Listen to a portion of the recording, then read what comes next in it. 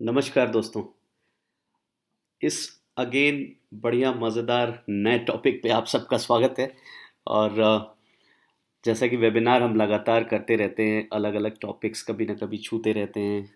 कभी इस कोविड में कुछ ज़्यादा ही वेबिनार हमारे आपके सामने दिखाई दे रहे हैं। बट दोस्तों फिर भी if you really go by the topics, हम क्या करते हैं, हर वेबिनार को एक किसी थीम से जोड़ने की कोशिश करते हैं। और जैसा कि मेरे कैलेंडर से आप लोगों को पता चल गया होगा कि आज का जो वेबिनार का टॉपिक हम लोगों ने चुना है, जो हमारा फोकस एरिया है, वो है मैनेजिंग योर रेगुलर इनकम। सो इस डिस्क्लेमर के साथ कि हम हमेशा जब भी वेबिनार करते हैं, it is for the purpose of education.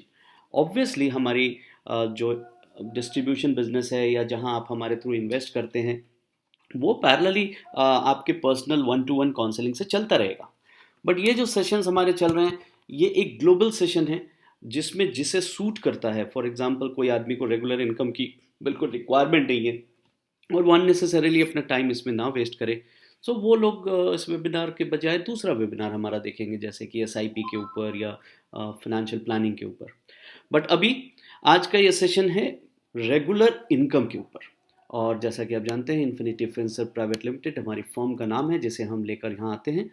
तो सबसे पहले इस बात पे हमें अपना फोकस लाना पड़ेगा कि who all need monthly income. और मंथली इनकम चाहिए, क्या करते हैं हम उससे, बेसिकली उपयोग क्या है। सो देखिए, रिटायर्ड आदमी तो बड़े आराम से कह सकता है कि यार मेरा तो अब अर्निंग खत्म हो गया, मुझे रिप्लेस करना है अपनी सैलरी को विथ मंथली इनकम या क्वार्टरली इनकम। सो जो भी रेगुलर इनकम का सबसे बड़ा तगबा है, जो सबसे बड़ा डिमांड जहाँ से आता है, वो तो रिटायर्ड लोगों से ही आता है। दूसरा, जो दूसरे ट्रेडिशनल जगह हैं, वो हैं हाउसवाइफ्स भी। आज के दिन में बहुत सारे लोग जो स्मार्ट फाइनेंशियल प्लानर्स हैं, वो क्या करते हैं, 8-10 साल की अपनी इनिशियल जॉब में या फिर जो भी वो सेविंग्स कर सकते हैं, उसको अच्छे से इन्वेस्ट कर देते हैं एसआईपी या किसी रूट से। और जब वो एक बड़ा सम बन जाता है, तो उसे मंथली इनकम में कन्वर्ट कर देते हैं अपनी वाइफ के लिए या घर के खर्चों को चलाने के लिए। सो ये भी एक स्मार्ट है। किसी की अपनी टोटल 30 ईयर्स की नौकरी में अगर उसने 10-15 साल भी स्ट्रैटेजिक ये काम कर लिया, तो उसको बड़े आराम से एक बड़ा कॉर्पस खड़ा हो जाता है। तो will talk about it later. तो हाउसवाइफ एक सेक्टर्स हैं जिन्हें रेगुलर इनकम के लिए प्रोडक्ट चाहिए होता है कि कहाँ डालें। स्टूडेंट्स भी आजकल, पेरेंट्स भी जिन जो थोड़े से एफ्लुएंट हैं या उनके पास एक सम है, वो सोचते हैं यार क्यों हम पूरे बच्चों पे पैसा इस तरह खर्च करें, क्यों ना हम उसके लिए कोई अच्छी इन्वेस्टमेंट्स कर दें जिसकी मंथली इनकम से उसका खर्चा चले, हॉस्टल चले, और वो एक दायरे में भी रहेगा वो बच्चा। और फाइनली जब 5-6 साल बाद वो बच्चा पढ़ के निकलेगा, तो वो कॉर्पस उसी का है और उसके काम आ सकता है बिजनेस में। सो थोड़ी एफ्लुएंट और upper middle class families generally ये भी रूट आजकल लेती हैं। बिजनेसमैन के लिए बड़ा ज़रूरी है मंथली इनकम का स्ट्रीम क्रिएट करना, ताकि वो अपने बिजनेस के रिस्क से धीमे धीमे धीमे धीमे बचने लगे। छोटे businessman small and medium enterprises, अगर से एग्जांपल 50,000 या 25,000 महीने का कहीं पे जमा करने लगे, और एक दिन ऐसा आ जाए कि उनकी जो बेसिक खर्चे हैं वो उससे निकलने लगे, तो वो थोड़ी रिस्क ले पाएगा अपने बिजनेस में, बिजनेस के रिस्क ले पाएगा। और एक स्ट्रैटेजिक इन्वेस्टर होता है, वो भी रेगुलर इनकम का बहुत इस्तेमाल करता है। वो क्या करता है, बेसिकली एक जगह, ऐसी जगह लगा देता है जो सेफ हो या जहां से उसको कंसिडरेबली ठीक ठाक मंथली इनकम आती रहे, और फिर उस मंथली इनकम को एकदम से हाई रिस्क प्ले में ले जाता है। बहुत लोग ऐसा करते हैं, एक आम इन्वेस्टर भी करता है। जैसे 10 लाख रुपए उसके पास कहीं बोनस मिला या उसे कहीं से आया, तो वो क्या करता है, उस 10 लाख रुपए को कहीं इंटैक्ट मंथली इनकम में डाल देता है, और जो इनकम है उससे वो इक्विटी के बड़ी हाई रिस्क स्मॉल या मिड कैप के कुछ स्टॉक खरीदता है या म्यूचुअल फंड्स लेता है, जिससे अगर रिटर्न आ गया तो बहुत अच्छा, और नहीं आया तो उसको उतना अफसोस नहीं होता, क्योंकि उसकी पूंजी इंटैक्ट है। So these are the few strategies which people do, and those are the people who need monthly income. तो ऑब्वियसली हम कौन है, हम यहाँ क्यों पढ़ा रहे हैं और क्या मेरा रोल है। हम बेसिकली एक तो मोटिवेटर हैं। हम हमेशा कहते हैं कि हम एक मोटिवेटर हैं, हमारा काम आपको मोटिवेट करना है। और मोटिवेट करने के लिए मुझे नॉलेज शेयर करना पड़ता है, आपको बताना पड़ता है कि सही क्या है, गलत क्या है। मैं आपका एक गाइड हूँ। जब तक मैं आपको गाइड नहीं करूँगा, मैं आपको नॉलेज सेंटर की तरह एक पूरा हब नहीं प्रोवाइड करूँगा, तो मैं मोटिवेट कैसे करूँगा। ये बहुत इंपॉर्टेंट होता है कि हम आपके नॉलेज सेंटर एंड गाइड हैं। एंड प्लान और इन्वेस्टमेंट एग्जीक्यूटर भी हैं। मान लो आपने फाइनली कहा कि हाँ ठीक है, तुम लोगों ने जो मुझे समझाया बहुत अच्छा लगा, अब इसको एग्जीक्यूट कैसे करें, तो हम एग्जीक्यूटर हैं, and that's the area from where we earn money. So यहाँ हमें जो कमीशन मिलता है और इसी कमीशन को हम डिस्क्लोज करते रहते हैं टाइम टू टाइम कि हमें क्या मिलता है, because that is the only way, because we don't charge you for motivation, we don't charge you for knowledge and guide, and we actually earn our money from execution business. So this is something which you should know. Now, how does we operate? हमारा operation बड़ा simple है. देखिए basically क्या है, हमारे पास this is infirupi.com, ये हमारी एक कंपनी है. So our company has a different kind of set of people, जिसको हम डिवाइड कर देते हैं 4 कैटेगरी में, और वो कैटेगरी हमारी होती है low, moderate and aggressive and then very aggressive. हर इन्वेस्टर्स हमारे यहाँ डिवाइडेड है, और ये अलग बात है कि आप करो ये डिवीज़न या हम करें, बट ये डिवीज़न हो जाती है, ठीक है. Every customer is divided. उसके बाद हम क्या करते हैं, एवरी 3 मंथ्स, तो 3 महीना जब होता है, आपके पास एक मेल जाता है, आपके पास जो भी हमारे जिस भी वे में आप रजिस्टर्ड हैं, ईमेल या मोबाइल जो भी आपने दे रखा है, तो आपको एक कम्युनिकेशन जाता है जिसे हम इवेल्युएशन कहते हैं.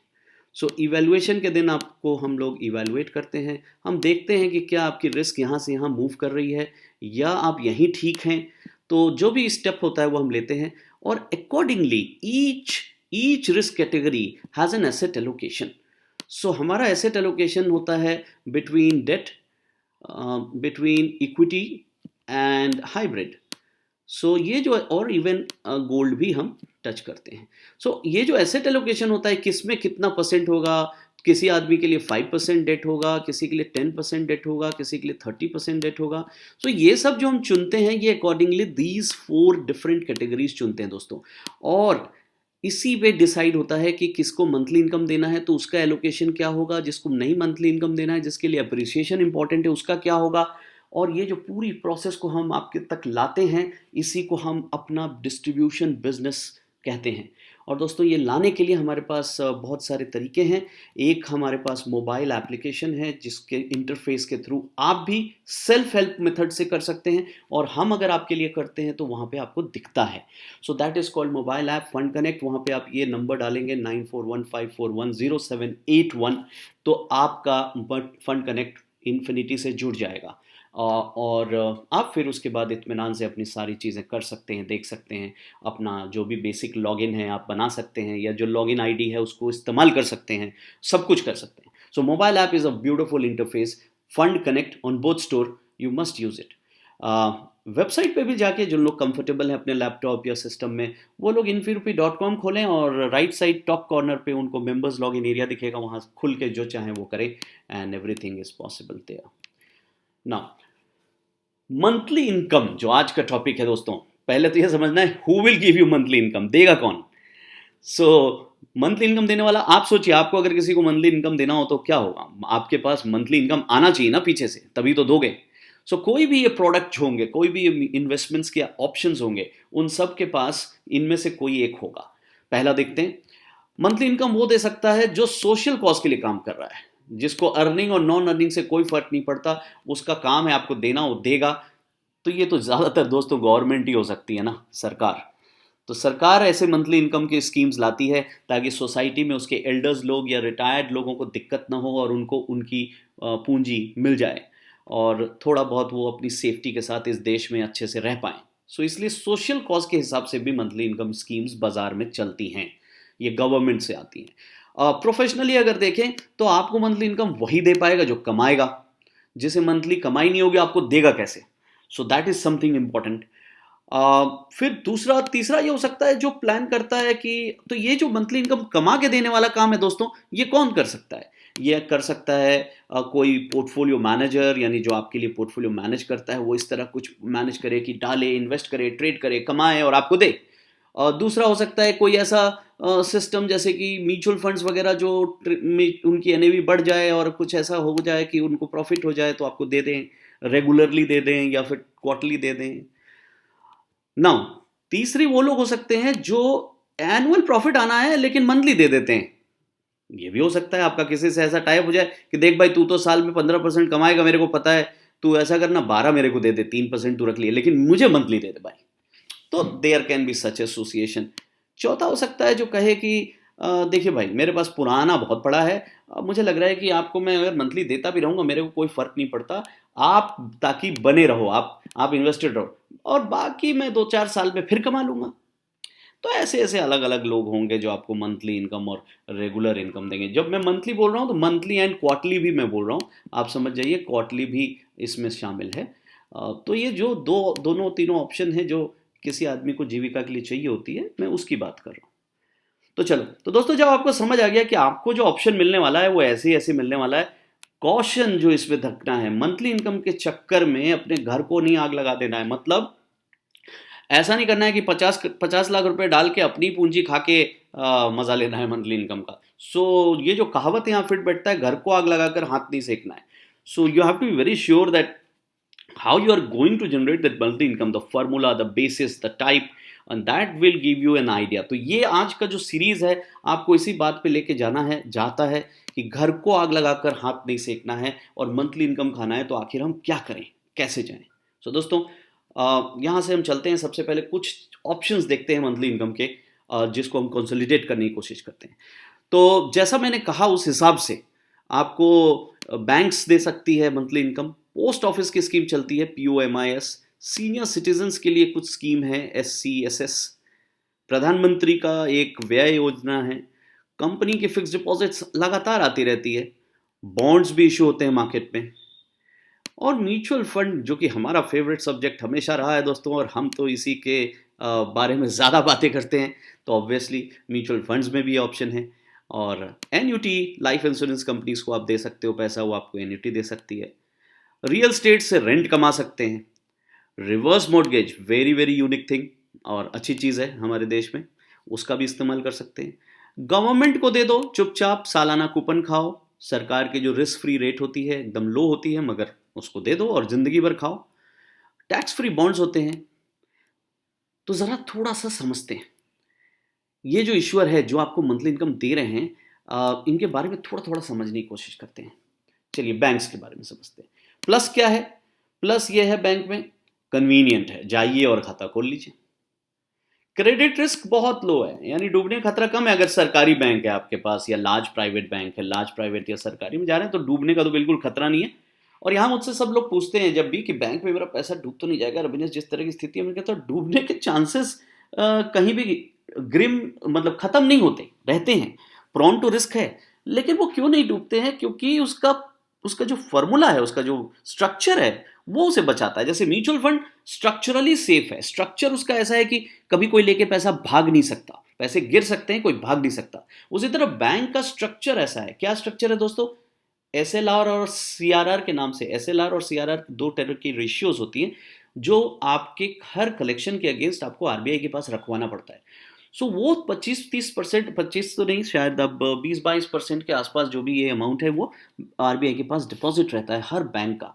सो वहाँ तो बैंक जो भी ऑपरेशंस कर रहा होता है अपने उस 76% के अपने कॉर्पस के ऊपर कर रहा होता है। तो इमेजिन कि कितना सेफ्टी है। मान लो घर में हर महीने की कमाई में से आप 10 रुपया अलग रख के अपना घर चलाएं, तो कितना अच्छा आपका जमा हो जाता है ओवर अ पीरियड, इतना बड़ा हो जाता है कि आपको फिर कभी हो सकता है विपदा में तकलीफ ही ना हो। तो उसी तरह आज HDFC बैंक के पास इतना ज़्यादा कैपिटलाइजेशन जमा हो चुका है, दूसरे SBI के पास है, ICICI के पास है, तो ये लोग सेफ है ना। द इनकम इज गारंटीड, ये भी बहुत अच्छी बात है भाई। इमरजेंसी में लोन मिल जाता है, बहुत अच्छी बात है।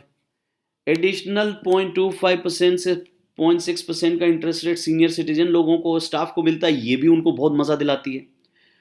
माइनस क्या है? माइनस सबसे पहले तो है कि भाई टैक्सेबल है, सीधे सीधे 100 रुपया जो है वो आपकी, अगर इनकम स्लैब 30% की है या 20 की है, चलिए रिटायर्ड लोगों में ज़्यादातर लोग 20 में भी आ जाते हैं, तो अगर आप 20 में है तब भी आपका कट गया, दैट इज गॉन। सो तो वो आपको पीछे ले आता है। री इन्वेस्टमेंट का सबसे बड़ा रिस्क है दोस्तों बैंक में, क्योंकि बैंक 10 साल की तो बहुत कम लेती हैं, ज्यादातर 4 साल 5 साल के लोग डिपॉजिट करते हैं, 3 साल 5 साल। अब 3-5 साल बाद आपने अगर कोई चीज इन्वेस्ट किया है से 8% पे आज, और थोड़े दिन बाद आप जाके इसी को इन्वेस्ट कर दें, फिर 5 साल बाद 6 पे, फिर उसके बाद फिर 5 साल बाद मैच्योरिटी आई तो आपको 3 मिला। तो आपकी अगर जिंदगी, ये टोटल 15 साल हुई ना दोस्तों, 15 ईयर्स, तो 15 साल में अगर आप 8 से 3 आ गए, तो आपका तो पूरा का पूरा सेविंग बर्बाद हो जाएगा। यानी जिस कॉर्पस पे आप काम कर रहे थे कि मैं यहां से 8 कमा लूंगा, अब उसी कॉर्पस से 6 आएगा और उसी कॉर्पस से 3 आएगा, जबकि महंगाई बढ़ रही होगी, खर्चे आपके बढ़ रहे होंगे। तो दोस्तों ये बहुत डिफिकल्ट सिचुएशन आ जाएगी। तो इसीलिए बैंक डिपॉजिट के लिए से पहले ये देखना जरूरी है। देखिए इंटरेस्ट रेट का सिनारियो लास्ट 10 ईयर का दोस्तों, लास्ट 10 ईयर में इंटरेस्ट रेट एक बड़ा ट्रेंड दिखाया था 2012 में बढ़ने का। ऑब्वियसली जब ये बढ़ता है तो साथ में महंगाई भी बढ़ती है, मैं आपको दिखाऊंगा, लेकिन फिर भी हाईएस्ट इंटरेस्ट रेट हमारे देश का 14.50 रहा है। और अगर हम इस समय इस लास्ट 10 ईयर में 14.50 रहा है, लोएस्ट 4.25 रहा है। तो लोएस्ट तो जा सकता है, अभी भी कभी भी जा सकता है। और अगर आप देखें तो यहां से यानी कि 2014 से ये ट्रेंड बनी ही नहीं ऊपर की। तो जो बेचारा 2014 से यानी पिछले 5 साल से इन्वेस्टेड है, उस बेचारे का तो री इन्वेस्टमेंट रिस्क देखिए।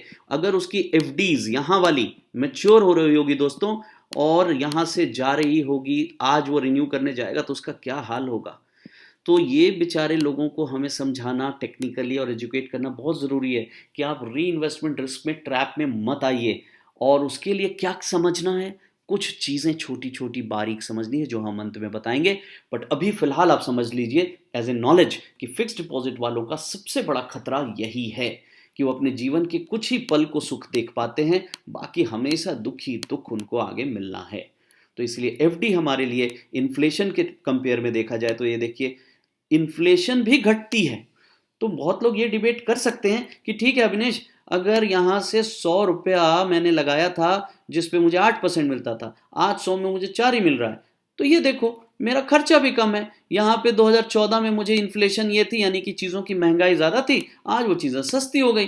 तो मेरे को अगर सस्ती चीज़ मिल जाए और ब्याज दर गिर भी जाए, मुझे क्या फ़र्क पड़ता है? मेरे को तो कोई फ़र्क नहीं पड़ा। लेकिन दोस्तों क्या ये प्रैक्टिकल है? हमारे देश में तो नहीं है, वर्ल्ड वाइड भी नहीं है। इन्फ्लेशन कागज पे कितना भी कम हो जाए, अब देखिए इन्फ्लेशन यहां से यहां आ गया, लेकिन चीनी का भाव किसी ने रिवर्स कर दिया, किसी ने आपका ज्यादा से ज्यादा तेल का भाव थोड़ा बहुत ऊपर नीचे हो जाता है, मगर जो आपकी बेसिक रोजमर्रा की जिंदगी की चीजें हैं वो नहीं पीछे आती दोस्तों। 5 रुपए का ब्रेड अगर यहाँ था या 15 रुपए का, तो आज 35 का है तो है। थोड़ी वो बोलेगा महंगाई कम हो गई मैं ब्रेड कम कर दूंगा, क्योंकि business is always go forward. वो अपनी प्रॉफिट बढ़ा लेगा, अगर महंगाई कम हो जाएगा तो कॉर्पोरेट ज्यादा कमाने लगेगा, लेकिन आपका दाम कम नहीं कर देगा। सो ये तो ट्रेंड है हमारे दुनिया का। तो दोस्तों इसीलिए मैं ये कहता हूं कि इस समय आपको कंपेयर करके देखो तो हमेशा समझ आएगा कि ब्याज दर के साथ साथ यानी ब्याज दर गिरता है तो महंगाई भी गिरती है। ये ड्रॉप हुआ है इस पीरियड में, लेकिन फर्क नहीं पड़ता, आप तक वो बेनिफिट नहीं पहुंचता। तो इसलिए मेरी सजेशन बैंक एफडी के लिए तो प्योर नो है। जो भी बैंक एफडी से अपना मंथली इनकम चला रहे हैं उनको तो आज ही जाके बैठ के डिस्कशन कर लेना चाहिए, किसी भी फाइनेंशियल एडवाइजर से नॉलेज ले लेनी चाहिए। कुछ भी कर लें, बैंक एफडी में अपना पैसा मत बर्बाद करें। चलिए आगे आते हैं। Post office MIS, post office MIS बिल्कुल बैंक एफडी के बराबर, सारी कहानी वही कि गारंटीड वो है, सब बेनिफिट है, सरकार है, लेकिन डिसएडवांटेज बहुत सारे। पहले तो री इन्वेस्टमेंट का है ही है कि साला 5 साल से ज्यादा का टाइम ही नहीं देता। भाई 10 दे दे 15 दे दे तो चलो मैं डाल के थोड़ा सोचूं तो कि 10 साल तो तुमने खाने दिया मुझे, यहाँ तो हर 5 साल में आके मुझे बदलना पड़ेगा। और दूसरी एक तो लिमिट है, 4.5 लाख से ज्यादा लगा नहीं सकते। तो अगर इतनी अच्छी चीज़ है, बढ़िया है, सरकार को देना चाहिए ऑप्शन, लेकिन 4.5 का लिमिट है। और सबसे इम्पॉर्टेंट है कि जो भी आपका काम करने का तरीका, मतलब वहाँ जाना आना बहुत डिफिकल्ट है। Post office is not a convenient thing. पैसा लेने जाना पड़ता है, मंथली इनकम लेने के लिए जाना पड़ता है, पासबुक अपडेट कराना पड़ता है, इट्स नॉट ऑनलाइन, बहुत सारी चीज़ों में आपको कमियाँ दिखती हैं। तो इसलिए पोस्ट ऑफिस मेरे लिए फिर भी नो है, आई डोंट रिकमेंड। जिसको करना है वो करेंगे। Senior citizen saving scheme SSCC, yes there is no credit risk, बेहतरीन है, सब कुछ अच्छा है। इसमें भी बेचारा 5 साल ही है, लेकिन इसमें एक बढ़िया चीज़ है कि इसमें 1.5 लाख रुपए तक जो आप लगाते हैं वो टैक्स सेविंग में डिडक्ट हो जाता है। और इसीलिए आप लोग जो टैक्स सेविंग कर रहे हैं, अगर अपना वो वाला पोर्शन सीनियर सिटीजन में ही डालने लगे हर साल, तो एक दिन ऐसा आएगा कि आपका 15 लाख हो जाएगा, से 10 साल में आपके पास 15-16 लाख हो जाएगा। तो या 5 ही 6 साल में भी हो जाएगा, थोड़ा बहुत आप टॉप अप कर दो। तो 15 की लिमिट अगर आप पुराना चाहते हो, उसके अंदर पूरा कर लेना चाहते हो तो कर लो। और एवरी 5 ईयर वो मेच्योर होता जाएगा, फिर आप रिन्यू करते रहिए। इसका एक साइकिल चल सकता है। और दूसरी अच्छी बात है, इसमें इंटरेस्ट जो कमाते हैं 50,000 तक की इंटरेस्ट टैक्स फ्री है दोस्तों। 50,000 तक आपको टैक्स भी नहीं देना। तो क्या क्या एडवांटेज मिल गया? एक मिल गया मेरे को कि 1.5 लाख तक का मेरा इन्वेस्टमेंट टैक्स सेविंग में यूज हो जाएगा अगर मेरा स्लैब ठीक ठाक है तो। दूसरा, मुझे 50,000 तक के इंटरेस्ट पे टैक्स नहीं देना। और तीसरा, 15 लाख तक डाल सकते हैं। तो यानी अगर मैं अगले 5 साल तक की अपनी टैक्स सेविंग 1.5 लाख इसमें डाल दूं और 50-60 एक्स्ट्रा यानी 2-2 लाख डाल दूं, तो मेरे लिए एक ठीक ठाक कॉर्पस जमा हो जाएगा जो मुझे मंथली इनकम देता रहेगा। इन्वेस्टमेंट री इन्वेस्टमेंट रिस्क यहां भी है 5 साल का, लेकिन चूंकि ये छूट हमारे पास है दोनों जगह से, तो ये मुझे एक अट्रैक्टिव प्रोडक्ट लगता है। हमारे लिए बिल्कुल हाँ हाँ है। हाँ हाँ, हाँ हाँ मीन्स रिकमेंडेड।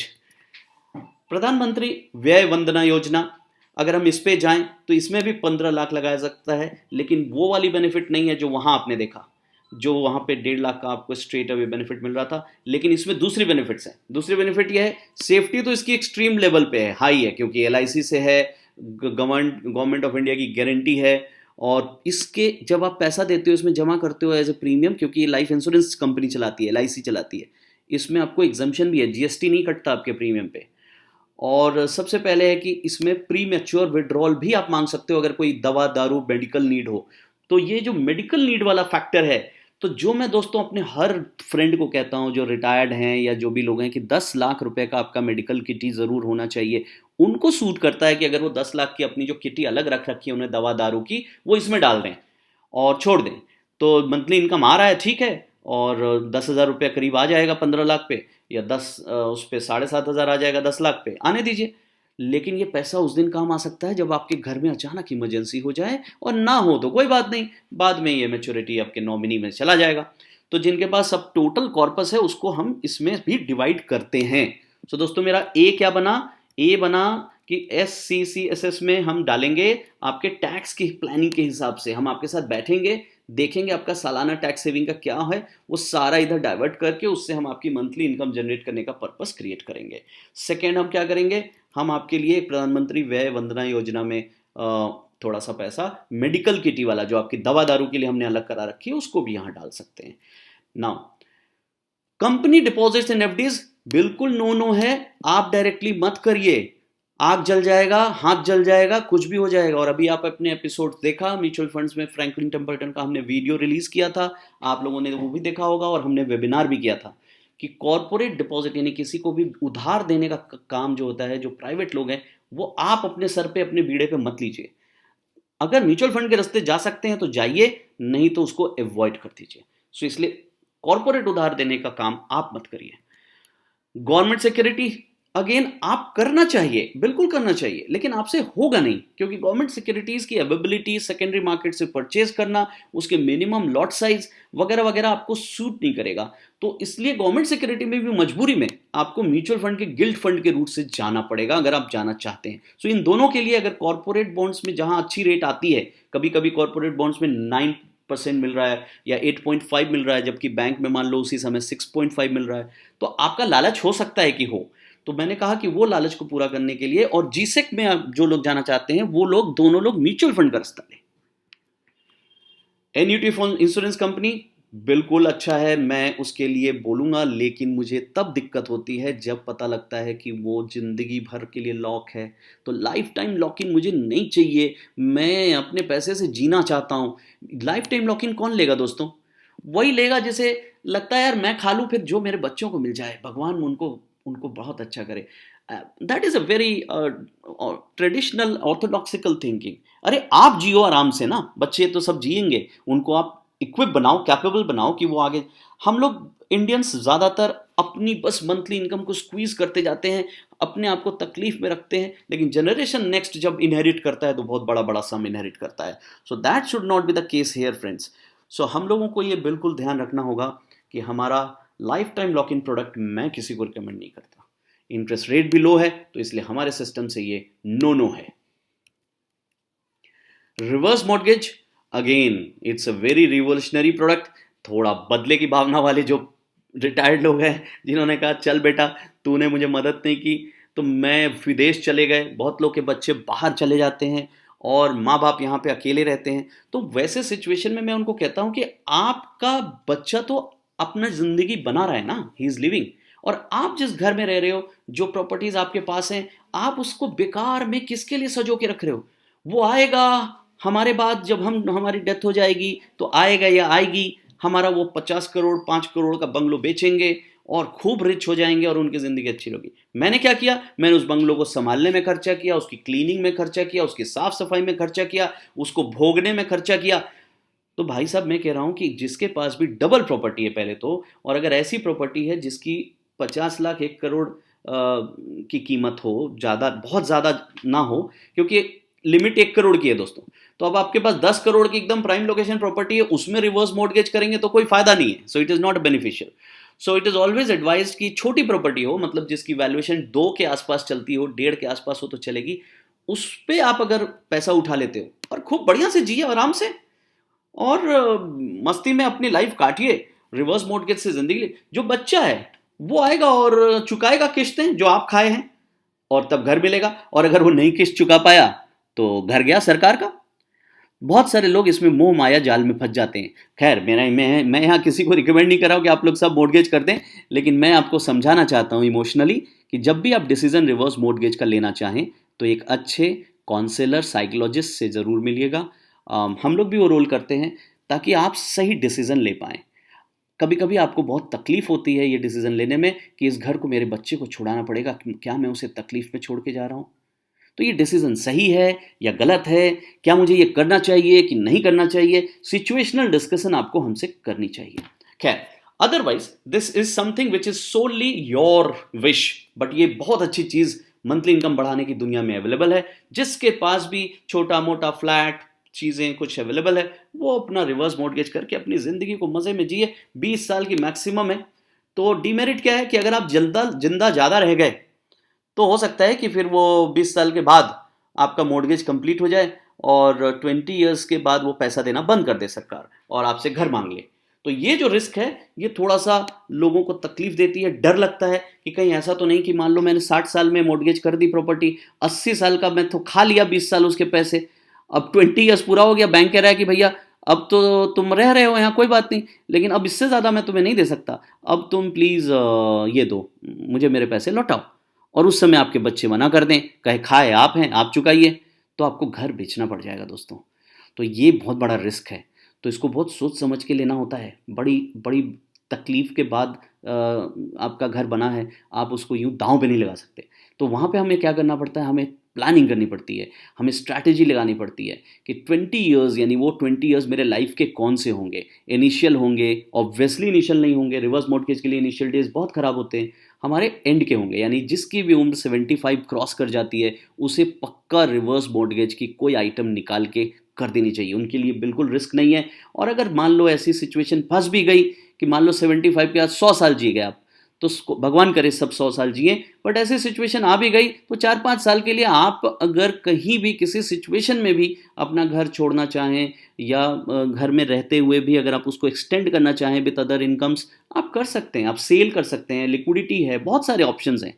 तो ये रिस्क बनता है 75 प्लस। 80 प्लस वालों को तो बिल्कुल ही कर ही देना चाहिए अगर उनके पास उनके बच्चे एफ्लुएंट हैं, प्रॉपर सेट हैं। ज़्यादातर जिनके बच्चे अब्रॉड हैं उनको तो रिवर्स मॉर्टगेज में डाल देना चाहिए, क्योंकि बच्चे उनके कभी आके बेच नहीं पाएंगे वो प्रॉपर्टी, ना उसे भोग पाएंगे। चलिए, generally these are all very general राय, तो ये मत सोचिएगा कि कोई यहाँ पे डिस्कशन जो है वो सजेस्टिव मोड का है। तो मैं एक नॉलेज शेयर कर रहा हूँ, उस नॉलेज में ये बातें आ रही हैं। ठीक है, करना क्या है, ऑब्वियसली पर्सनल काउंसलिंग से ही डिस्कस होगा। Now creating your monthly income from non guaranteed growth product. चलिए, ये तो बड़ा मजा आया। अभी तक तो बात हो गई कि मंथली इनकम इससे हो जाए, लेकिन अगर आपको एक प्रोडक्ट है जिसमें ये है, मान लीजिए ये, और वो कहता है भाई देख मैं तुम्हें देने वाला हूं और दूंगा से 12%, लेकिन ये 12% मैं तुम्हें ऐसे नहीं दूंगा, तुम्हारे को तकलीफ से गुजारना पड़ेगा।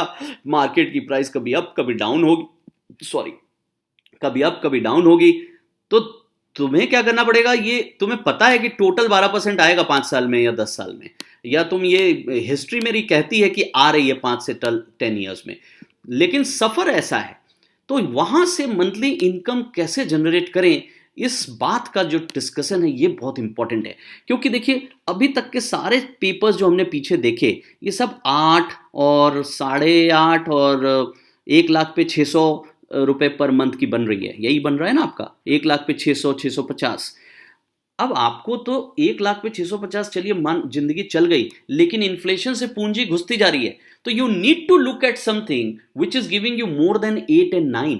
ये आपकी जरूरत पड़ गई है दोस्तों। तो पहले जैसे मैंने कहा कि कुछ पैसे आप प्रधानमंत्री योजना वाले में लगा देंगे, कुछ पैसे आप अपने सीनियर सिटीजन सेविंग स्कीम में लगा देंगे, तो अपने आप को एक सिक्योर कर लेंगे आप थोड़ी से।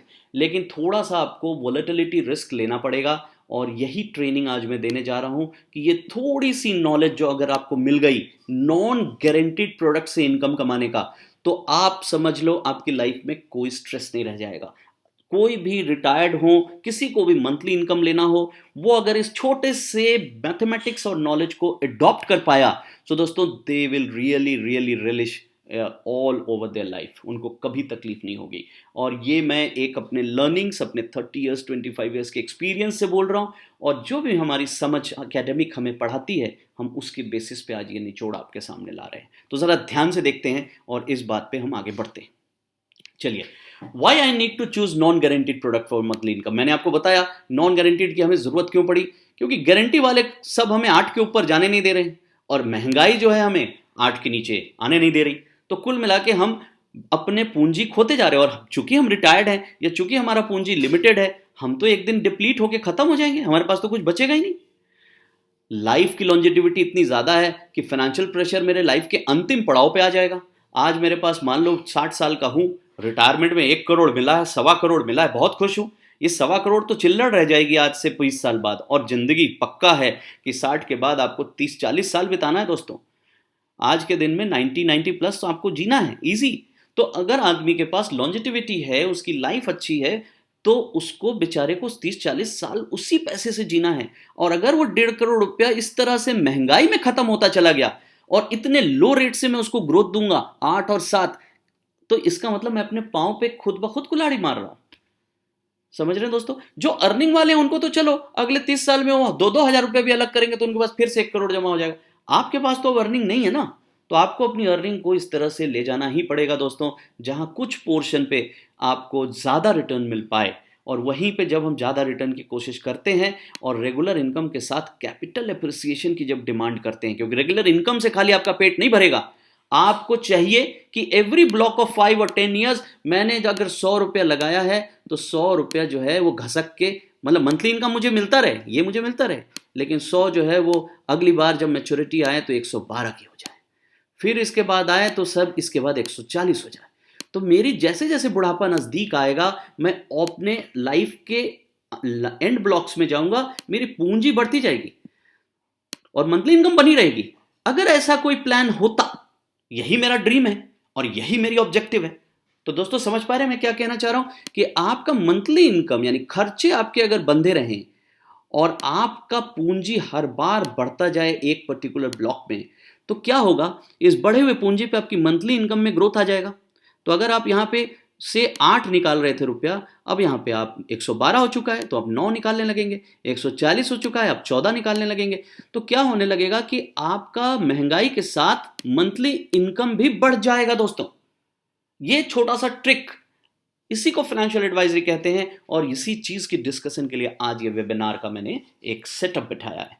तो दोस्तों पहले हम इसको समझते हैं, dream product for everybody. Yes, सबका ड्रीम यही है कि ऐसा कोई प्रोडक्ट हो जो मुझे 1 लाख दे और 600 रुपये पर मंथ मिलने लगे। चलिए ठीक है, 600 इसलिए मैंने लिखा क्योंकि बैंक्स भी यही दे रही है और भी नियर बाई आपके प्रोडक्ट्स यही दे रहे हैं। तो मुझे ऐसा प्रोडक्ट चाहिए जो 600 दे, भले गारंटी ना दे, 600 रुपये मेरे घर दे दे, और 5 साल 10 साल बाद मुझे बोले कि भैया जो ऊपर का है वो निकाल लो, ये देखो 100 रुपये तेरा 112 हो गया, 12 रुपये ले जा तू खर्च कर दे। या फिर कहे कि वो 12 रुपये री इन्वेस्ट कर दो और अपनी मंथली इनकम बढ़ा लो।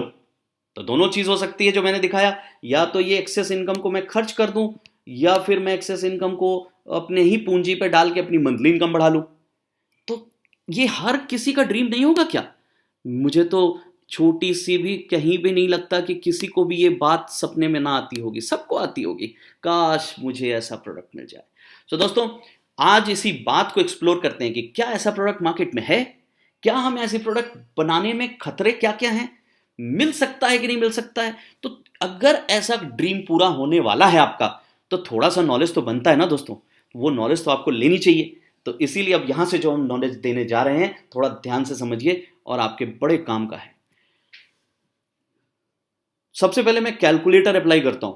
मैं क्या करता हूं, मैं 3 सिनेरियो लेता हूं नॉन गारंटीड का। केस 1 लूंगा, प्योर इक्विटी, यानी एकदम जाके मैंने शेयर बाजार या शेयर बाजार से संबंधित म्यूचुअल फंड्स में डाल दिया।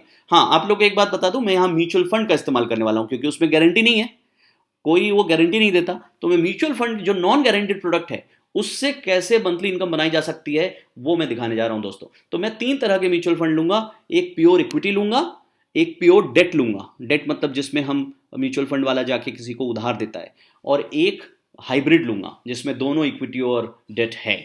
ठीक है, तो मेरे और क्लासेस में आप इक्विटी डेट हाइब्रिड के बारे में अच्छे से समझ चुके हैं, तो इस क्लास में केवल आपको इतना जानना जरूरी है जो मैं बताने जा रहा हूं कि इक्विटी में मैं केस कैसे अप्लाई करूंगा और डेट में कैसे करूंगा और हाइब्रिड में कैसे करूंगा।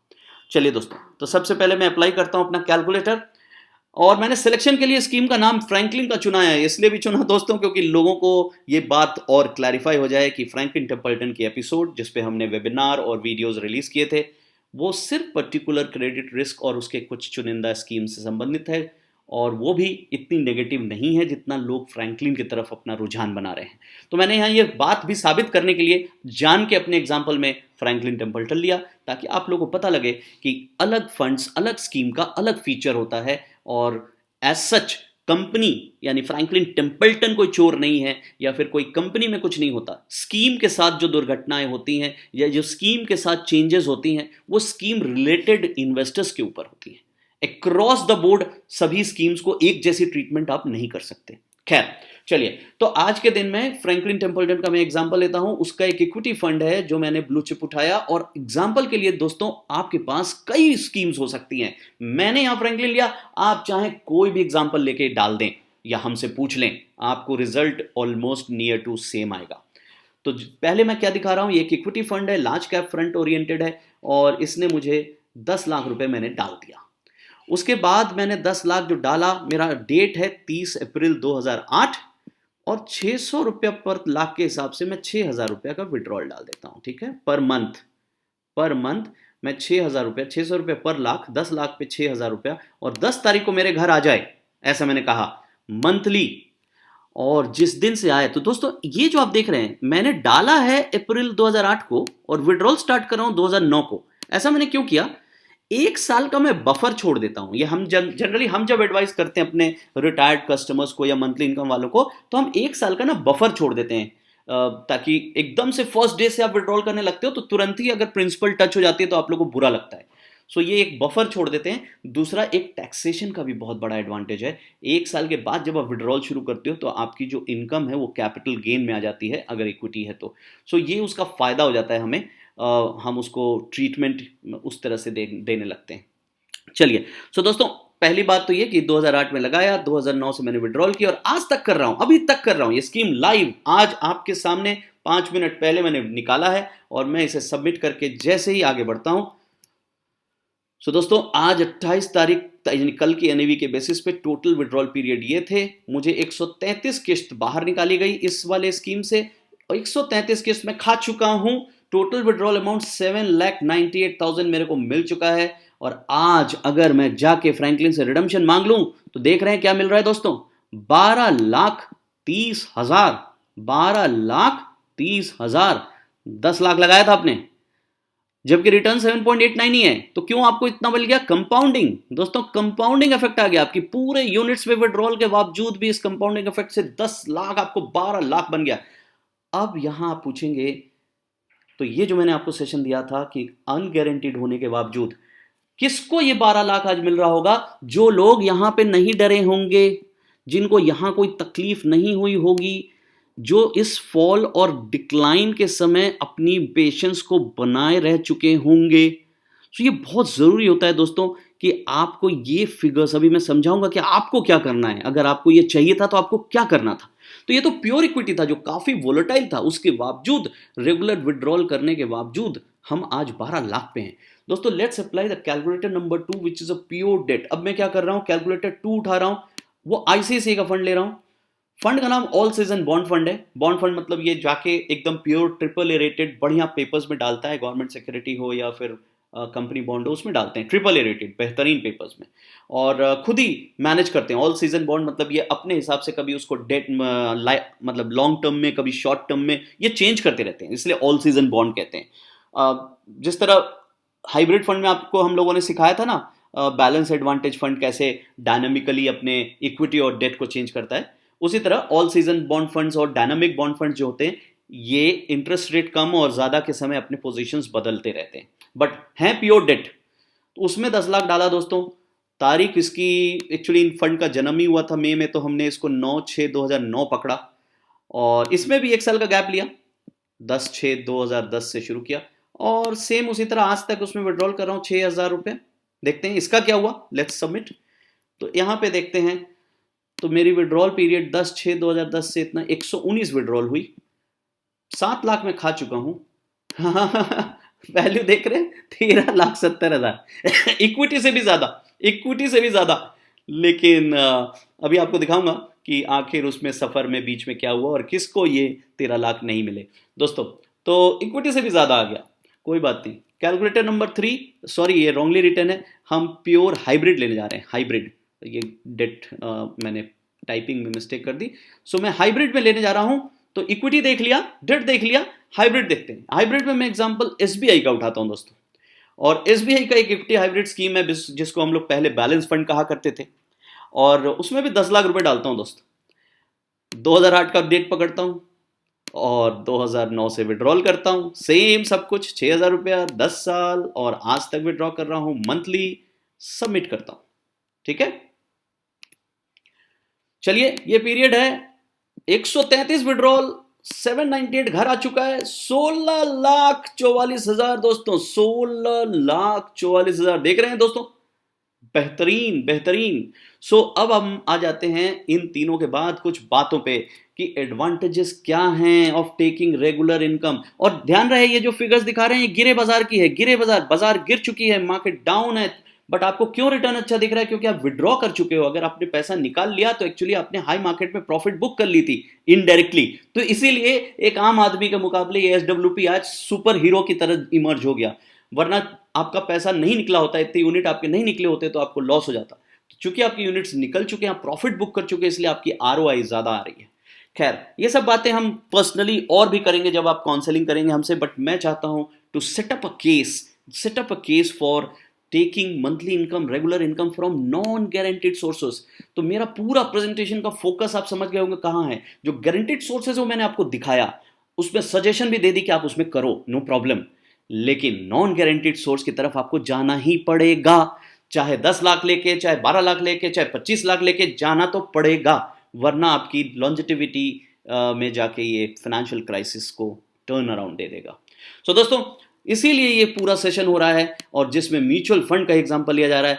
लोग पूछते हैं why mutual fund? Because supreme safety mutual fund में दोस्तों, कोई भी धरती पे बैठा हो, कितनी भी आप इधर उधर प्रोडक्ट पढ़ लो, अगर आपको ये नॉलेज किसी किताब से नहीं आ पाई, किसी रेगुलेशन से नहीं आ पाई, तो आपका कहीं ना कहीं नॉलेज अभी भी डेफिसिट है। इसलिए पहले ये नॉलेज एक्वायर कर लो, उस पर स्टैंप लगा दो। म्यूचुअल फंड धरती का सबसे सेफ प्रोडक्ट है। और जब हम सेफ्टी बोलते हैं तो हम दो ही चीज की सेफ्टी बोलते हैं। एक, कोई लेके पैसा नहीं भाग सकता, क्योंकि म्यूचुअल फंड में आप ओनर हुए, कोई और ओनर नहीं है।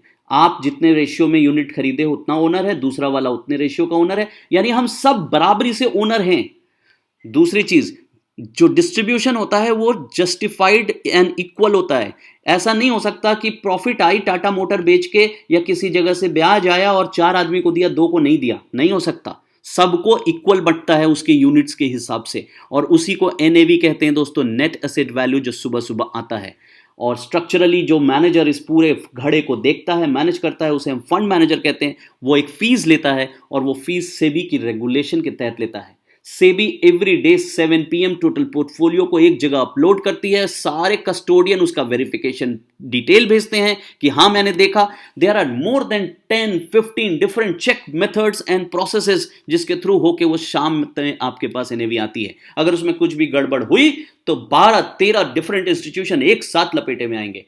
जिसमें एनएसडीएल सीडीएसएल भी आएगा और भी लोग आएंगे। तो इसलिए ये समझ लीजिए कि जो हो रहा है वो कंप्लीट सेफ्टी नेट के तहत होता है। दोस्तों मैं हर बार जब इस बात की कैनवासिंग करता हूं तो मुझे अंदर से उस नॉलेज के कारण ये कॉन्फिडेंस होता है जो मैं चाहता हूं आप लोगों तक पहुंच जाए। तो चलिए anyway, so non guaranteed source मैंने म्यूचुअल फंड चुना, म्यूचुअल फंड की मैंने थोड़ी वकालत भी कर दी यहां पे, और साथ में आगे बढ़ते हैं कि ये और अच्छे क्यों होते हैं। इसमें टीडीएस नहीं कटता दोस्तों, इन्वेस्टमेंट की कोई लिमिट नहीं है। जब लिमिट नहीं है और टेन्योर नहीं है तो री इन्वेस्टमेंट रिस्क नहीं है, बल्कि उल्टा, यहां तो और उल्टा है, आपको हर इन्वेस्टमेंट के समय बेनिफिट हो रहा है। आपको कहा जा रहा है कि अपने गेन को री इन्वेस्ट करके अपनी मंथली इनकम बढ़ा लीजिए, तो ये तो आपके लिए फायदे की बात है। तो इसलिए री इन्वेस्टमेंट रिस्क तो छोड़ो, रिवर्स बेनिफिट है यहां पे। और फर्स्ट ईयर में इनकम टैक्स फीफो पे लगता है अगर फर्स्ट ईयर से लेंगे, तो मैंने अपने हर एग्जांपल में इसीलिए आपको नेक्स्ट ईयर से गेन देना शुरू किया, क्योंकि फर्स्ट ईयर में जो भी कमाई बाहर निकालेंगे वो सारी कमाई जाके बैठ जाएगी आपके इनकम में।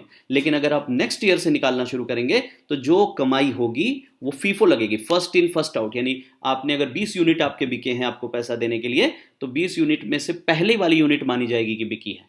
तो जो कॉस्ट का और सेल का डिफरेंस होगा उस पर कैपिटल गेन पड़ेगा, मात्र कैपिटल गेन 10% फ्लैट।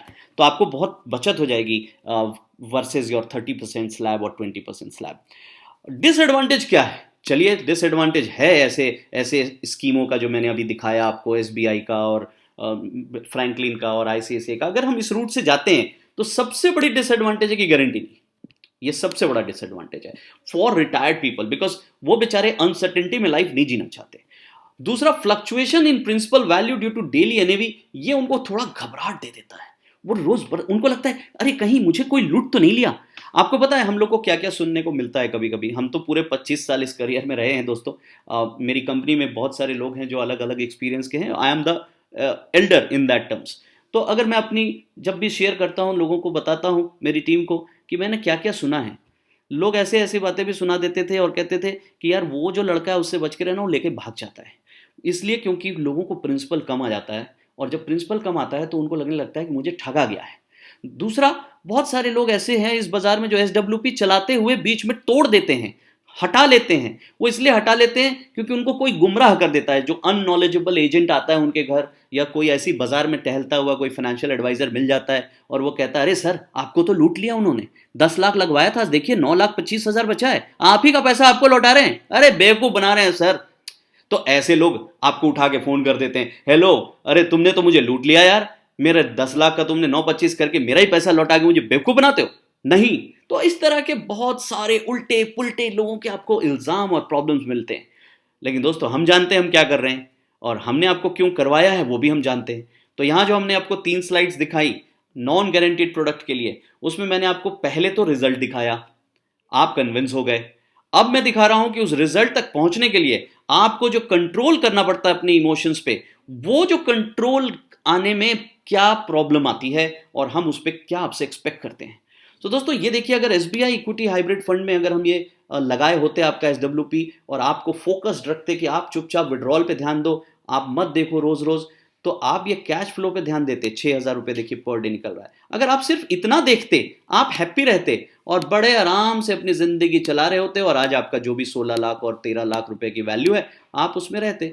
तो this is your happiness meter, अगर आप ये यहां पे ध्यान देते। लेकिन अगर यही ध्यान आप यहां पे देते, यानी कि करंट वैल्यू पे, तो कई बार ऐसे मोमेंट आते जब आप दिक्कत में आ जाते या आप परेशान हो जाते। तो ये देखते हैं क्या क्या, जैसे कि ये देखिए वैल्यूएशन, ये भी गिर जाती है, ये देखिए वैल्यूएशन, ये देखिए वैल्यूएशन, और आपको दिखाऊं वैल्यूएशन तो खैर बहुत सारी हैं। अब यहां से आप खुश होने शुरू हुए क्योंकि 10 की 11 बनी। तो ये जो मोमेंट होते हैं ना, इसी में आपको सब टूट जाता है दोस्तों, आपका सब भ्रम टूट जाता है, आप निकलने के भागने की कोशिश करने लगते हैं। बट और बहुत लोग ये भी कहते हैं मुझसे, अरे अभिनेश तुम नहीं जानते हो 7 लाख हो गया, अब अगर मैं नहीं बंद किया ना तो मेरी मंथली इनकम 6,000 रुपए जो है मेरी पूंजी खा देगी और एक दिन मेरे पास कुछ नहीं बचेगा। तो भाइयों आपके पास सबूत है कि 7 लाख वाले के होने के बावजूद भी आज उस आदमी का 13 लाख है। तो ऐसा नहीं होता कि 7 लाख पे ये 10 साल पड़ा रहेगा। 7 लाख 1 महीने के लिए रहेगा, 2 महीने के लिए रहेगा, 3 महीने के लिए रहेगा। जब वो वापस से टर्न अराउंड हो जाएगी तो फिर से उसके ठीक हो जाएंगे। तो उन 3 महीनों में अगर आपकी विड्रॉल ज्यादा हो गई तो ठीक है, थोड़ा बहुत आपके रिटर्न पे इफेक्ट पड़ेगा क्योंकि आपने लॉस पे निकाला है। लेकिन अल्टीमेटली ये सब आपको नहीं प्लान करना है, वरना आप एसडब्ल्यूपी नहीं चला पाओगे। आप कोई ट्रेडिंग करने नहीं आए, आपको सिर्फ ये प्लान करना है मैं कैश फ्लो क्या रखूंगा, मुझे कैश फ्लो कभी कभी पॉज करनी है। जैसे अभी कोविड है, बहुत सारे लोगों ने जिनके पास हैं खाने को दूसरे सोर्स, उन्होंने अपने एसडब्ल्यूपी के पॉज दे दिए हमें, पॉज। उन्होंने कहा अभिनेश जी अभी मत निकालो, पैसा तो मेरा ही है ना, बाद में ले लेंगे यार, पैसे की जरूरत है नहीं, मैं क्यों बेकार में अपने घड़े पे प्रेशर बनाऊं। तो वो चलता है, दैट इज गुड। एकदम अनसीन इवेंट हो जाए, अर्थक्वेक आ जाए, ये आ जाए, दुनिया में कुछ त्राही त्राही मच जाए वगैरह वगैरह, तो आप वैसे सिचुएशन में कर सकते हैं pause. Otherwise, you don't have to plan all these. Let it run. Let it run. Now, before deciding your regular income route, आपको कुछ बातें अब सीखनी है, जो मेरा लास्ट है। Ask yourself following questions. What is your priority? तो नॉन रेगुलर इनकम रूट चाहे आपको कहां लेना है, ये डिसाइड करने के लिए कुछ साइकोलॉजिकल डिस्कशन कर रहा हूं मैं दोस्तों। तो पहले अपने आप से पूछो, आप नेक्स्ट जनरेशन को हैप्पीनेस एंड फुलफिलमेंट देना चाहते हो या अपने आप को देना चाहते हो? अगर आपको लगता है नहीं नहीं यार मेरा परिवार अच्छा है, चीजें हैं, मैंने बहुत अच्छी की जिंदगी में, लेकिन मैं चाहता हूं मेरे बच्चे बच्चे सब बहुत खुश रहें और मैं जब जाऊं तो इनके पास परम धर्म खूब बड़ा धन हो, तो अच्छे स्टॉक खरीदिए ना सर, उसमें डिविडेंड पाइए हैं, और जिंदगी भर जैसे हिंदुस्तान लीवर खरीद लीजिए, डिविडेंड खाते रहिए, एनटीपीसी खरीद लीजिए, और कुछ इसी तरह के अच्छे अच्छे स्टॉक, एसबीआई सब, मारुति पारुति खरीद लीजिए, इन्फोसिस खरीद लीजिए, आपको डिविडेंड आते रहेंगे।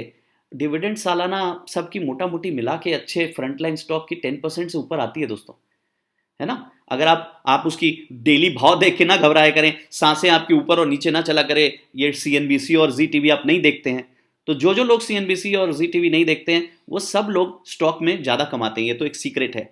लेकिन इसी सीक्रेट के साथ मैं आपको बताऊं कि स्टॉक अगर अच्छी खरीद के आप डिविडेंड इनकम लेना शुरू कर देते हैं तो आपके पास सबसे मज़ेदार रिटर्न आने शुरू हो जाते हैं। और कैसे रिटर्न आने शुरू हो जाते हैं दोस्तों?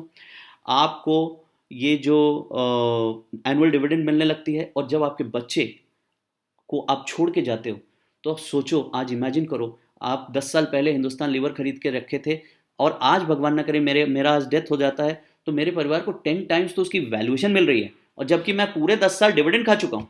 रिलायंस इंडस्ट्री का अगर मैं डिविडेंड ही देख लूँ तो मेरे डिविडेंड से मैंने कितना कमा लिया, वैल्यूएशन की तो बात ही अलग है।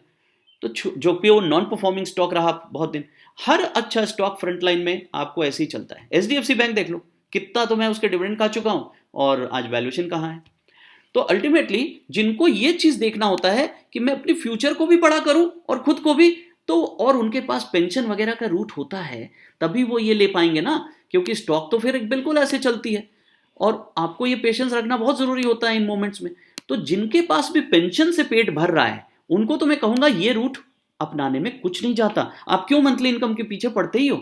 आप क्यों नहीं अपना प्रोडक्ट ऐसे जगह डालते हैं जहां से एनुअल डिविडेंड वगैरह आती रहे और आपका घर चलता रहे? नाउ, जो लोगों का हैप्पीनेस एंड फाइनेंशियल फुलफिलमेंट खुद का होता है कि मैं अपना चाहता हूं, मैं खुश रहूं, बच्चे बच्चे ठीक है यार, दे आर ऑल सेट, उनको जरूरत नहीं है मेरी, they are all well settled. तो जो अपने बच्चों की जरूरतों से नहीं चिंतित हैं, उनके फ्यूचर के बारे में उनको नहीं सोचना पड़ रहा है, तो वो बोलेंगे ठीक है यार, मेरे पास जो कुछ भी है, मैं अगर उसको गारंटीड इनकम में जाके बैंक में डाल के बैठूंगा तो बिल्कुल चिल्लड़ बचेगा, कुछ बचेगा नहीं। हो सकता है मैं 100 साल जीऊं तब तक 2% का ब्याज दर आ जाए, और 2 आने में 100 के हो सकता है 2 ही साल लगे। तो जब 2% का ब्याज दर आ जाएगा, 1% का ब्याज दर आ जाएगा या नेगेटिव आ जाएगा, तो क्या करूंगा मैं?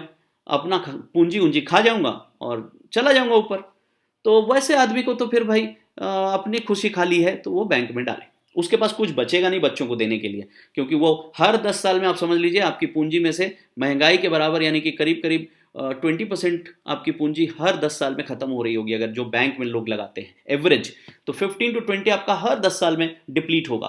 तो जो लोग ऐसा सोचते हैं कि ठीक है यार डिप्लीशन से मुझे फर्क नहीं पड़ता, मैं तो पूंजी भी खा लूंगा साले को, तो वो लोग बैंक एफडी करें और गारंटीड इनकम प्लान के थ्रू अपनी जिंदगी बिताएं, नो ऑब्जेक्शन। बट जिन्हें दोनों चाहिए, जिन्हें ये चाहिए कि नहीं यार गारंटीड तो नहीं लेकिन सेफ्टी तो चाहिए, ऐसा थोड़ी कि पैसे को पानी की तरह बहा दूंगा कहीं, ऐसा थोड़ी कि मैं जुआ खेलने लगूंगा, तो ठीक है भाई चलिए, आपको बोथ ऑफ बेस्ट चाहिए, आप तो म्यूचुअल फंड का एसडब्ल्यूपी रूट पकड़िए। यही है मेरा एसडब्ल्यूपी वर्ड का जन्म, और मैंने ये जो अभी सीक्रेट वर्ड आपके सामने खोला, जो इतने देर से प्रेजेंटेशन के दौरान डेवलप हो रहा था, और वो वर्ड का नाम है एसडब्ल्यूपी, सिस्टमेटिक विड्रॉल प्लान। तो ये जो सिस्टमेटिक विड्रॉल प्लान है दोस्तों, जिसमें दोनों ही साइकोलॉजी का मिक्स है, आप भी खुश, आपका जनरेशन भी खुश। यानी आज अगर आप सोचो एसडब्ल्यूपी का जो मैंने एग्जांपल दिया, कोई व्यक्ति अगर आज एसडब्ल्यूपी से अपना घर चला रहा है, 15 20 25 साल बाद जब उसके बच्चों को वो छोड़ के जाएगा तो 10 लाख के तो 1 करोड़ 50 लाख भी बन सकते हैं, because principal is growing, compounding effect से ग्रो कर रहा है और आपको भी घर में खाने को मिल रहा है। तो क्या चाहिए, जनरेशन भी खुश, हम भी खुश। बहुत सारे तो बच्चे ऐसे हैं जो बेचारे अगर एफ्लुएंट है, उनके पास अच्छा है पैसा, फॉरेन वगैरह में रहते हैं, तो अपने पापा मम्मी के लिए 10 20 लाख का एसडब्ल्यूपी डाल के छोड़ देते हैं। और बहुत अच्छी अच्छी स्कीमें हैं हमारे इंडिया में, जैसे एसबीआई के अंदर स्कीम का नाम है बंधन, उसमें डालने वाला व्यक्ति कोई और हो सकता है और विड्रॉल वो अपने मम्मी पापा बच्चे बीवी किसी के नाम से फिक्स कर सकते हैं। तो बंधन स्कीम बहुत अच्छी है एसडब्ल्यूपी में। ऐसी बहुत सारी प्लान्स हैं म्यूचुअल फंड के थ्रू जिसको हम लोग एसडब्ल्यूपी के थ्रू अंजाम दे सकते हैं दोस्तों। तो सिस्टमेटिक विड्रॉल प्लान पे अगर हम ध्यान दें, नॉन गारंटीड सेक्शन में, गारंटीड सेक्शन की मैंने प्रेजेंटेशन कर दी, तो ऐसा मत समझिएगा कि मैं कह रहा हूं वहां नहीं करना है। गारंटीड सेक्शन में मैंने आपको रेटिंग बता दी कि कौन कौन सी मेरी सेलेक्टिव प्लान्स हैं, कहां कहां हम हाँ हैं, जहां जहां हम हाँ हैं उनके हिसाब से ठीक है। लेकिन जो नॉन गारंटीड एरिया है, जहां गारंटी नहीं है मगर विड्रॉल फिक्स किया जा सकता है, प्लान फिक्स किया जा सकता है, तो उसके बारे में सिस्टमेटिक विड्रॉल प्लान की बातें और चर्चाएं जरूरी हैं। आपको सिर्फ अमाउंट डिसाइड करना है और यहां पे कोई गलती ना करें, अमाउंट वही डिसाइड करें जो आपके बैंकों में चल रहा है, उससे बहुत ज्यादा ऊपर मत उठा लीजिए। तो लाख पे अगर आप 800 रुपये लेने लगोगे, 900 रुपये लेने लगोगे 1 लाख पे, तो हो सकता है आपको थोड़ा थोड़ा प्रेशर आ जाए प्रिंसिपल पे, उतना नहीं ग्रो होगा जितना यहाँ दिखा रहा है। तो आप खर्चा तो वही करोगे ना जो मार्केट में चल रहा है और जो इन्फ्लेशन के साथ है। तो इसलिए अपना विड्रॉल का लिमिट जो है वो बैंक के एफडी के बराबर रखो, लेकिन आप जो डेट है वो चुन लो।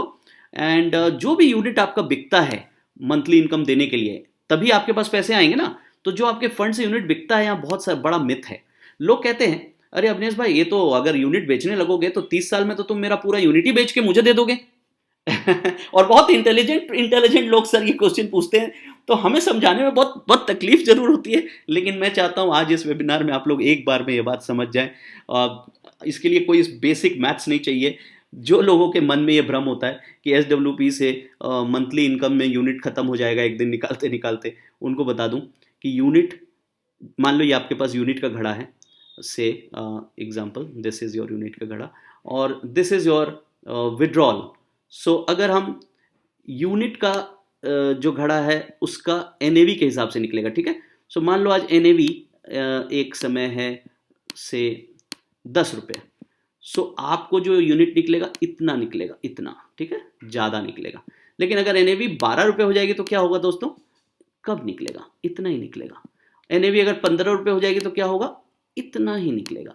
तो जो बचा हुआ यूनिट्स हैं, जो रिमेनिंग रेसिडुअल है, वो डिक्रीज हो रहा है, मगर जो एनएवी है वो इंक्रीज हो रही है। सो ये जो नेट इफेक्ट है नलिफाई हो जाता है दोस्तों, ये जो नेट इफेक्ट है नलिफाई हो जाता है, यानी आपका जो बेसिक घड़ा है वही रहता है। तो घड़े के अंदर जो पड़े हुए कंकड़ हैं, जो यूनिट्स हैं, उनकी वैल्यू बढ़ने लगती है और वो कंकड़ घटने लगते हैं। तो आपको क्या फर्क पड़ा, पहले 1000 कंकड़ थे इसके अंदर, लेकिन उसकी जब वैल्यू ही 10 थी, तो आपको क्या मोह माया है उससे भाई कि 10 रुपए की वाली 1000 कंकड़ ही चाहिए। अब 1000 के बदले 10 ही कंकड़ बचेंगे, लेकिन उसकी वैल्यू हो गई 100, तो आपको क्या फर्क पड़ा, आप बैक टू स्क्वायर हो गए। सो ये छोटा सा मैथमेटिक्स है जो म्यूचुअल फंड में चलता है, इसलिए आप लोग अपना दिमाग उधर मत लगाइए। कोई भी आदमी एसडब्ल्यूपी के पहले इस मिथ में अगर पड़ा है, उनसे हाथ जोड़ के गुजारिश है कि प्लीज उस मिथ से बाहर आ जाइए। ये सब आपको सोचना नहीं है, और अगर सोचना है तो किसी दिन एक्सेल सीट पे हमारे साथ बैठिए और कैलकुलेशन आपको दिखा के समझा दिया जाएगा कि actually it doesn't mean anything. Whatever units is redeemed to give you is only gets compensated by the NAV which is grown. Now, less unit will be sold if NAV rises and more unit will be sold if NAV falls. Every unit sold has a principal portion and a profit portion or a loss portion. तो unit के दो हिस्से होते हैं। जो भी आपके घर पे यूनिट आ रहा है, से एग्जांपल 600 रुपये आया, तो 600 रुपये के दो हिस्से होंगे, एक पार्ट में गेन होगा और एक पार्ट में प्रिंसिपल होगा।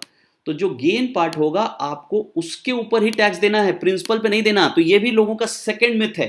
वो कहते हैं यार एसडब्ल्यूपी में साल का तुम हमको इतना रुपए दोगे, बैंक में तो चलो टैक्स लगता है, तुम्हारे यहाँ 10% तो लगेगा ही, 10 तो दूंगा। अरे भैया 10 भी नहीं लगेगा, 2 लगे 3 लगे, ये लगे कि यही कैलकुलेट करके देख लो, क्यों 10 भी नहीं लगेगा, ₹600 पे टैक्स नहीं देना आपको, जो आपका विड्रॉल है उसके जो गेन पोर्शन है सिर्फ उस पर टैक्स पड़ना है, तो वो बहुत छोटा हो जाता है दोस्तों, बहुत छोटा। तो आप अगर इस बात की कैलकुलेशन का हमारे साथ देखेंगे शीट तो समझ आएगा। Highly tax efficient, full flexibility, जब चाहो कैंसिल कर दो, जब चाहो घटा दो, जब चाहो बढ़ा दो, सब कुछ आपके हाथ में है और आप बड़े आराम से ये मैनेज कर सकते हैं। Now what we at Infinity Finserv Private Limited suggest in SWP, हमारा सजेशन क्या है, फाइनल समअप क्या है दोस्तों।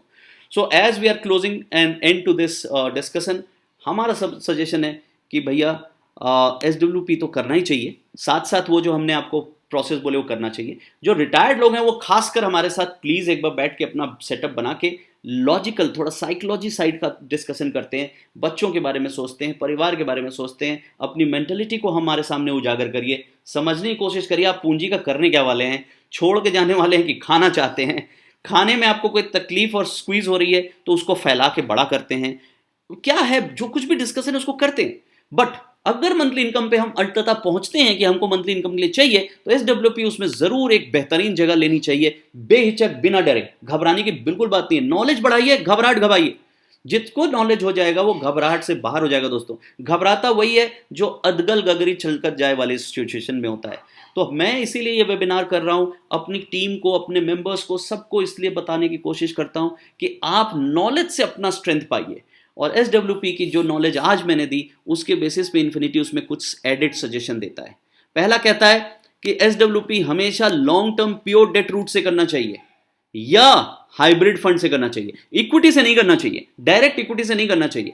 तो एग्जाम्पल के तौर पे उसको हम लोग की पिछली क्लास में आपने समझा होगा, तो उसे बीटा कहते हैं। हम हमेशा लो बीटा फंड में, लो बीटा फंड से एसडब्ल्यूपी करते हैं, यानी बीटा 1 या लेस देन 1 होना चाहिए। तो 1 या लेस देन 1 बीटा होना चाहिए। बीटा क्या होता है उसके बारे में मुझे अभी मत पूछिए, हमारी वीडियोस में देख लीजिए या हमने पिछले वेबिनार्स जो किए हैं या आगे करेंगे तब आप समझिएगा। तो बीटा एक ऐसा रेशियो होता है जिससे इंडिकेट मिल जाता है हमें कि इसका फ्लक्चुएशन, वोलेटिलिटी अहेड कैसा रहेगा और पास्ट में कैसा था। तो उस बेसिस पे बैलेंस एडवांटेज फंड क्वालिफाई करता है हमारे यहाँ। कोई भी आदमी अगर हमसे एसडब्ल्यूपी लेना चाहता है तो बेहतरीन बैलेंस एडवांटेज ले। डेट रूट से भी जा सकता है बशर्ते उसके लॉन्ग टर्म यानी 10 इयर्स का टेन्योर हो, तो डेट रूट से भी अच्छी एसडब्ल्यूपी बनती है। Now we suggest to withdraw the amount. आज के दिन में हमारा 600 कराया है, पहले हम 750 पर लाख देते थे, अब हमने उसे रिड्यूस करके 600 कर दिया है।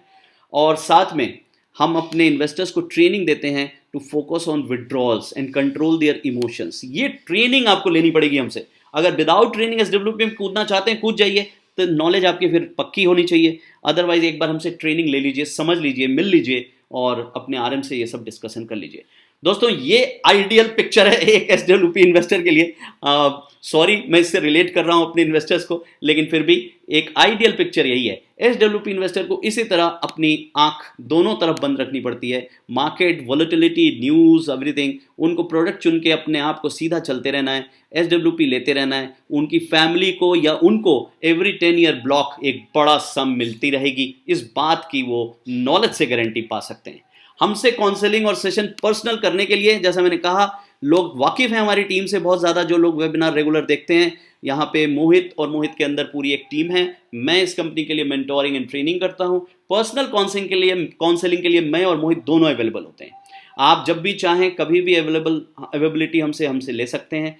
टीम में मेरे अमित सक्सेना, ज्ञानेश, तरुण, ये जो फ्रंटलाइन टीम मेंबर्स हैं जो आपसे रेगुलर मिलते हैं, आप इनमें से किसी को भी अपने घर बुलाइए या उनसे फ़ोन पे बात करिए। घर बुलाने की बात तो कोविड में हम नहीं कह सकते, लेकिन हाँ आप फ़ोन पे बात करिए। उनके साथ ऑनलाइन जुड़ के एनी डेस्क या टीम व्यूअर से थोड़ी बहुत डिस्कशन किया कीजिए। ज़रूरी नहीं आप केवल मेरा वेबिनार देखें, आप उनके साथ भी जुड़िए। उनके साथ भी आप बोलिए कि लाओ भाई एनी डेस्क दो, और उनसे जुड़ जाइए। वो अपना पोर्टफोलियो दिखाएं, चीज़ें आपसे बात करें, and you do these things with these people also, you will really get to a better advantage. और ईमेल तो आप फ्रीली करिए। कुछ भी आपको समझ नहीं आ रहा है, कुछ बात बोलनी है, help@infirupi पे डाल दीजिए, they will call you and we will talk about it. धन्यवाद दोस्तों। और अगेन इस वेबिनार को आराम से 1 घंटे तक अटेंड करने के लिए और अपना ये कीमती समय हमें देने के लिए आप सभी का बहुत बहुत धन्यवाद। All the best and stay safe.